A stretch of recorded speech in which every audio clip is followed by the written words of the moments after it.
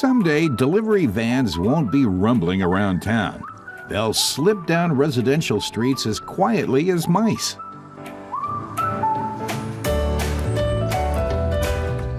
The battery-powered version of the Berlingo van is the Berlingo Electrique.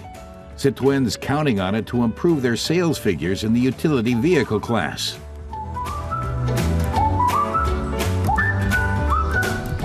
It reminds car testamente's Kurat of when he drove bumper cars as a kid.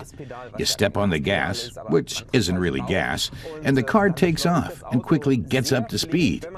As soon as you let off the pedal, the car slows down again just as quickly. The only difference to the bumper car that he sees is the Citroen's cushier suspension. And unlike a bumper car, once the Berlingo is charged, it can drive anywhere within a range of some 170 kilometers. It has no exhaust pipes, of course, but it's got plenty of space. Depending on the body style, the Berlingo Electrique can carry up to 700 kilograms.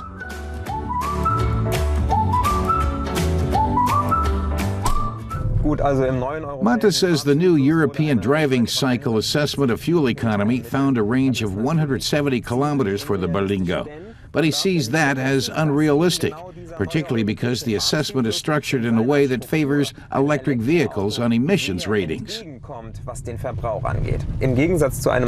In contrast to an internal combustion engine, which puts only about 30% of its energy into propulsion, an electric motor uses 90% of its energy to drive the car. But when the driver needs heat in winter, the unit consumes additional electric power instead of making use of the engine heat. And that reduces the car's range in winter dramatically. The Berlingo Electrique was specifically designed to meet the needs of commercial buyers. An output of 49 kilowatts and a maximum speed of some 110 kilometers an hour is more than sufficient for making delivery rounds in town.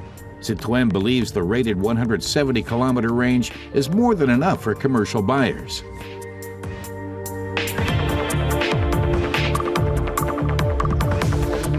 And Montes points out that the Citroen Berlingo Electrique is reserved for commercial buyers only. Citroen's Thomas Wittmann says commercial car buyers focus much more on their needs and demands on an electric vehicle, the range for instance. They know their area of operation, and they have customers to serve in a certain area, so they'll be asking exactly how many kilometers range it has. Another factor is what use the commercial operator will put the vehicle to. Of course, they'll need it for their business. But with private customers, they need a lot more flexibility. They might suddenly decide they want to take a holiday in Italy.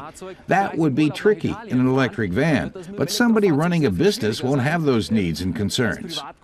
Als wenn ich im Nutzfahrzeugsektor unterwegs bin. Gewerbetreibender wird selten auf diese Idee kommen. The Citroen Berlingo Electrique is made for stop-and-go driving, for noiseless, emissions-free, and comfortable delivery rounds in town. After the last stop for the day, the van can be plugged into an outlet and recharged overnight. A complete charge takes about 8.5 hours. A fast charge to 80% of battery capacity can be done in half an hour. It lists at almost 26,000 euros, plus a bit over 6,000 euros for the batteries. Montes says the Berlingo Electrique could be just the ticket for business customers, if only the price weren't so steep. But Thomas Wittmann is optimistic about the future. He says as the car maker, Citroën knows the battery pack drives the price up, but otherwise they've got a good handle on the technological aspect.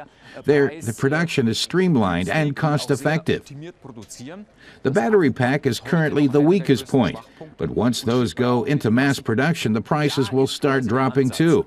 Then the price gap between electric and gasoline-powered cars will narrow. Today, though, it's still an issue. And Montes agrees. If battery prices drop in the coming years, cars like the Berlingo Electrique will be far more attractive to small business owners and deliveries around town.